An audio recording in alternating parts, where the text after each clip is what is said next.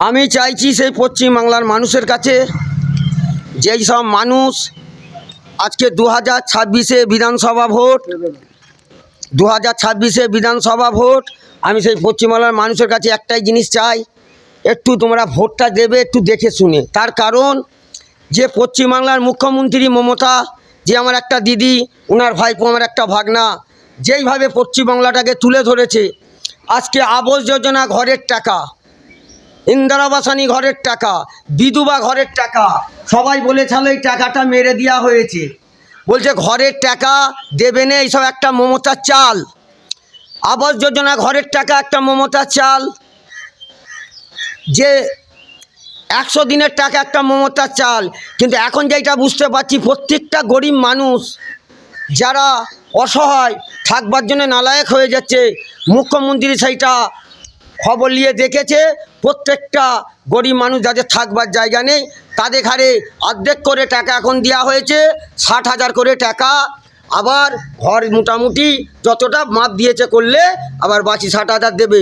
শুধু আবাস যোজনা নয়, সেই বিধবা যাদের স্বামী দুনিয়া ছেড়ে চলে গেছে, যাদের অবস্থা খারাপ থাকবার জন্যে, তাদের চিন্তা হয় আমার স্বামী চলে গেল, সেই মুখ্যমন্ত্রী সেই বিধবাদের ঘরেও অর্ধেক করে 60,000 করে টাকা দিয়েছে। আশা করি আরও দেবে, যাতে পূর্ণ হয়, সেই ঘর করে সে বেঁচে যাক। আচ্ছা, আজকে যেটা দেখতে পেলাম, আরও সব লিস্টে নাম আছে, ভোট বাদ তারা পাবে, কিন্তু মানুষ এখানে হিন্দু মুসলমানে দাঙ্গা তৈরি করার চেষ্টা করছে।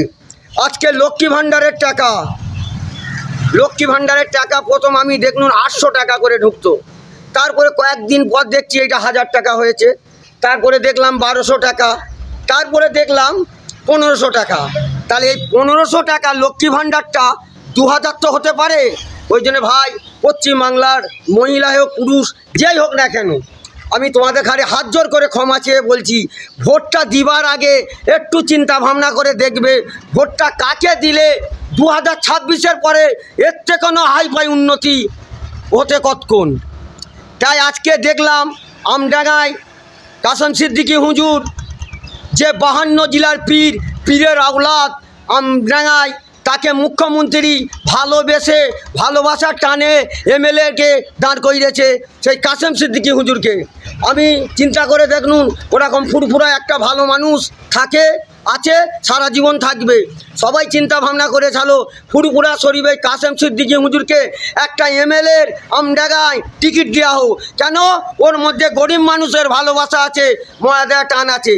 সেই আমবাগার মানুষ দেখারে বলছি, আমি ফুরফুরা শরীফের ছেলে হয়ে ওই কাসেম সিদ্দিকী হুজুরকে 2024-এ এপ্রিল মাসে বিধানসভার ভোটে আমডাঙ্গার মানুষরা ওই জানুয়ারিকে ওই কাসেম সিদ্দিকী হুজুরকে বেশি বেশি করে ভোট দিয়ে আমডাঙ্গার মানুষ জিতাও।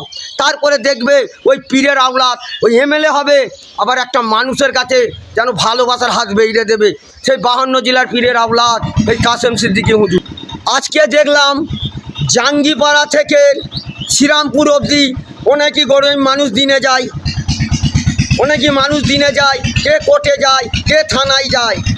সামান্য একটা গরিব মানুষকে আমি দেখলাম চালচালাহাটে বলে দাঁড়িয়ে আছি, বাসের জন্য ঘন্টাকে ঘন্টা দাঁড়িয়ে আছে।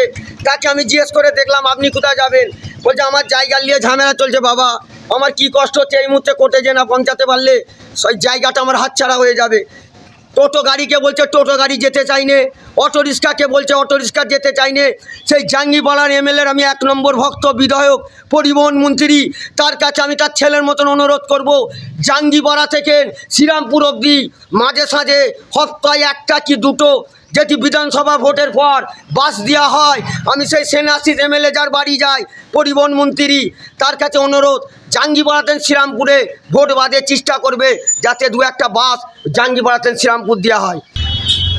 মাইদাপুকুর থেকে সীতাপুরের রাস্তাটা, মানিফিরতলা থেকে ধনপুতার রাস্তাটা, কিছুদিন আগে ওইখানে বাচ্চা ছেলেদের ইংলিশ মিডিয়াম চালো, আমি কলের কাজ করি, ওইখানে গিয়ে দেখলাম ওই রাস্তা দিয়ে যাচ্ছি, সে এত কষ্ট হচ্ছে, 5টা মানুষ যেতে পারছে না।